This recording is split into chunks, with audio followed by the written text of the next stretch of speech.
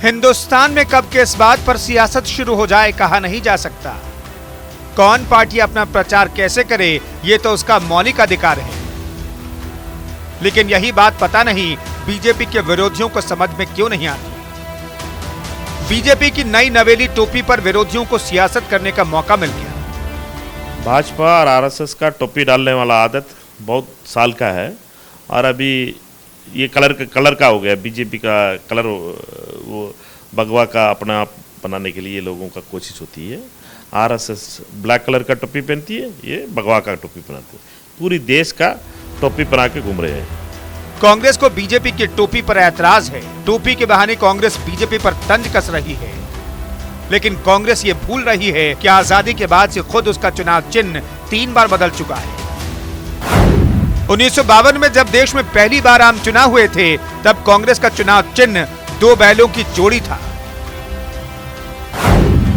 कांग्रेस का यह चुनाव चिन्ह 1969 तक तो बरकरार रहा, लेकिन जब कांग्रेस में फूट पड़ी तो 2 बैलों की जोड़ी पर विवाद हो गया।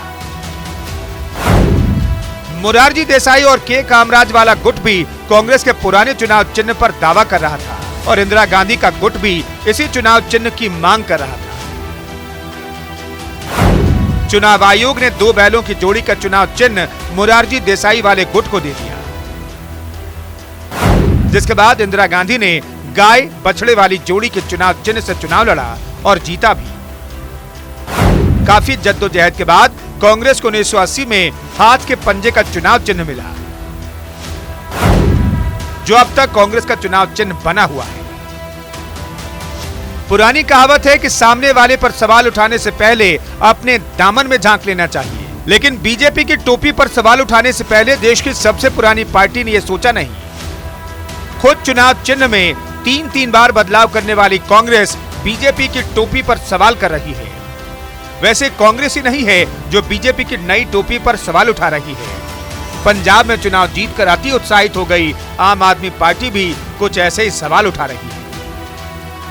कल आम आदमी पार्टी ने जब पार्टी बनी थी तो एक टोपी लॉन्च की थी, अब बीजेपी ने एक भगवा कलर की टोपी लॉन्च की है। तो क्या आम आदमी पार्टी की से सीख बीजेपी ले रही है? और दूसरा सवाल ये कि क्या ये जो टोपी की राजनीति है वो जनता पर कितना इफेक्ट डालती है? देखिए, ये दोनों पार्टियां पहले हमारा विरोध करती हैं, हमारा मजाक बनाती हैं, फिर हमें कॉपी करने की कोशिश करती हैं। लेट देम कॉपी अस। हम तो ये चाहते हैं जो भी हम कर रहे हैं सब कॉपी करें। नई टोपी तो बीजेपी ने अपने कार्यकर्ताओं के लिए तैयार की है, लेकिन दर्द विरोधियों के पेट में हो रहा है। कांग्रेस और आम आदमी पार्टी के तंज पर बीजेपी ने करारा पलटवार किया है। बहुत दुर्भाग्यपूर्ण है कि कांग्रेस के नेता इस प्रकार की बातें करते हैं। भाजपा देश को टोपी पहना रही है, कैसी बातें हैं?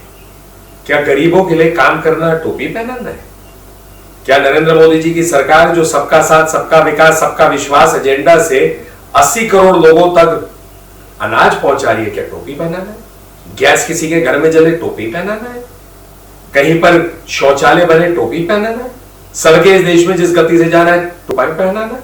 देश सशक्त हो, विश्वसनीय हो, विदेश से निवेश आए, ये सब टोपी पहनाना है। जिन पार्टियों ने, कांग्रेस जैसे ने शायद टोपी पहनाई होगी जनता को, इसीलिए इस प्रकार की बातें करते हैं। स्थापना दिवस की 42वीं वर्षगांठ के मौके पर बीजेपी उत्साहित है। साफ है कि नई टोपी से बीजेपी को नया मिशन भी मिल गया है, लिहाजा चॉकलेट खाकर और सिर पर नई टोपी पहनकर बीजेपी नेता बहुत जोश में नजर आ रहे हैं। देखिए, अंदाज तो पुरानी ही है, क्योंकि हम भारत माता की वैभव और भगवा ध्वज संघ से लेके भारतीय जनता पार्टी तक लेके चले हैं। तो ये रंग टोपी में जरूर है, लेकिन भगवा है जिसको हम टोपी के रूप में लिया है और दिल में भारत माता। विरोधियों पर बेवजह सवाल उठाना सियासत की पुरानी रवायत रही है। भले ही 21वीं सदी में हम जी रहे हों, लेकिन सियासी दलों का यह अंदाज नहीं बदला।